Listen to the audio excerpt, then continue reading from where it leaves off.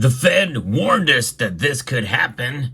Well, on October 1st, we may see the beginning of the end of many banks here in the United States of America. I'll explain as we explore.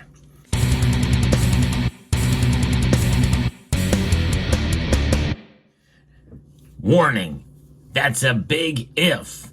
There's always something in their toolbox that the Federal Reserve could use, or the government could use by an act of Congress to bail out if this thing actually happens. But in the end, it's not going to end well, that's for sure. I've seen rumblings about this for a couple of months now, about the Basil III endgame, and that's what this is all about. New regulations that large banks must meet these new individual capital requirements. I'm looking at the Federal Reserve's press release that was just released, that individual capital requirements for all large banks will be in effect starting the 1st of October. The stress test that they had earlier this year, the Federal Reserve Board announced final individual capital requirements for all large banks effective on the 1st of October. And the press release, is kind of summed up by Echo X on X. And these requirements are all about making sure banks have enough liquidity to weather financial storms. But there's more to the story, and it's really tied to the Basil III Accords for the Bank of International Settlements. And for those of you who aren't familiar, the Bank of International Settlements is essentially the central bank of central bankers. And Norwegian Maid reminded me of this just recently, that we're about a month away from this happening. The Basil III Endgame is a global regulatory framework that aims to strengthen bank capital requirements, ensuring banks have enough high-quality capital, like cash and government bonds, to cover potential losses. The Bank of International Settlements has been guiding this framework, making sure banks worldwide meet minimum liquidity standards. And this is essentially to prevent another 2008 financial crisis. But in the end, really, if banks fall short of these capital requirements, they face automatic restrictions on dividends and bonus payments, and worse, that could actually trigger another financial crisis, much like we saw in 2008.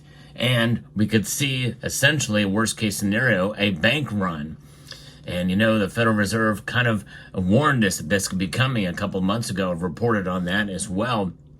But, with them going to be cutting rates in September, I think they're priming, in part, the economy for such a shock as could be with other bank runs, because we have consistent and persistent inflation as measured by the Consumer Price Index at 2.9%. And likely, prepare for it, by the way, that number will probably decrease, likely to 2.5% or maybe a little bit above, before it is all said and done when they meet on September 17th and 18th to cut interest rates by a quarter point. They want to give a number that's closer to 2%, but it's likely, or it is realistically, higher than that, much higher than that. And people know it. People are struggling, and the cost for goods and services and groceries has gone through the roof. And even if we have disinflation, which means the rate of inflation is decreasing, we all know that prices are still up, and that's really what it means. It's just we don't have deflation at this point in time. And we're not going to see that for a while, until maybe even after a hyperinflationary situation that we could find ourselves in, or stagflation, which means high inflation and low employment. And we are seeing right now with the jobs numbers that have been released that there's a lot less jobs than what they say they are, and that's from the official numbers. You couple that along with who those people are being hired. A lot of illegal immigrants are being hired for jobs, and regular individuals are working too, sometimes 3 jobs, just to make ends meet. People have to work to be able to pay the bills. And credit card debt is at I think an all-time high. It's upwards of $1 trillion. and credit card debt. But nonetheless, this is something that is very much related to this because it's about liquidity and confidence. And if the confidence that leads to potential bank run, the Fed's latest move is part of the broader push to ensure stability. And this broader push comes from the Basil III Accords. Each bank's capital requirement is based on rigorous stress tests, considering everything from economic downturns to operational risk. But if a bank doesn't have enough liquidity, we could see panic withdrawals and potentially a domino effect that hits the entire financial system. As also has been reported, many banks are really struggling right now, and especially after they have been propped up by being bought out by larger banks, smaller banks that are on the cusp of failure. And I think that essentially, if this were to happen, we will see another bailout, and it'll be through larger institutions like Goldman Sachs or JP Morgan, again, capturing up and swallowing up some of these other institutions, these large institutions. And what defines a large bank? We don't want to get into that a whole lot, but the Basil III endgame, the stakes are higher than ever. Although I don't think we're going to see a bank run. I really don't. I think what's going to happen is we're going to see another bailout before it happens to give people false confidence that everything will be okay. That's the last thing they want right now, especially that's not the October surprise they want, and they won't get it, by the way. But nonetheless, if the natural market were to take its course and we see this thing occur, well, then it would probably lead to it. Now, the Federal Reserve is warned us that there will be other bank runs or bank failures. But a bank failure does not mean that people should be worried about their deposits, because they're going to cover all of that. The Fed will cover all of that. The repurchase agreements and other methods that they've used on the back end. Remember that time at around between September and December 2019 when they had those repos to the tune of $700 billion. And it wasn't talked about much, but I remember it very well discussing it on this channel. And that was before all the money, the liquidity that was injected into the economy after the shutdowns of just the following year. These banks were in big trouble, and some of that trouble we don't see on the surface here. It's not discussed a whole lot, rather than alternative media. But make no mistake, they will bail them out. What's another bailout for Americans? Well, it is to something that they're just going to, you can pretty much take that to the bank. A bailout you can take to the bank. Pun fully intended. Maybe not strategically placed, but intended nonetheless. But we have gold and silver, and this is why it's so important to understand the value proposition that really, in a sense, cannot be manipulated. Yes, the price can be manipulated, but when you think about value outside of the system, it really is for what it is. We measure our wealth in ounces, not dollars, in this kind of sense. It's because of the structure of the financial system and the Federal Reserve Act of 1913, the dollar has lost by design 2% every year.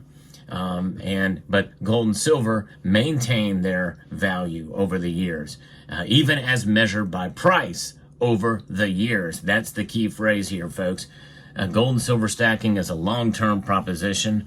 Holding these metals is key in part of that stacking process. It's very easy to buy, very easy to sell, and either take gains or losses. But that's just it. It's about patience and holding these metals through a long course of time. And I think the more people that understand that and understand how the system is set up and diametrically, and to be able to have yourself to be able to think about things in a different sense, in a different way, and having that understanding of value as opposed to price is key in this scenario, in this situation. Now, as these Basel III Accords come into fruition, those same accords have stated earlier in 2019, before there was these repurchase agreements, that gold is indeed marked as a tier 1 asset. You've heard me talk about that before on this channel multiple times, but that puts it on par and equal to cash, the dollar, in terms of liquidity and value. And as denoted and as seen by central banks trading with each other in gold. Gold actually being used as a currency right now. That's not going to change, especially when we're seeing the most amount of holding of gold by central banks in the history of the planet.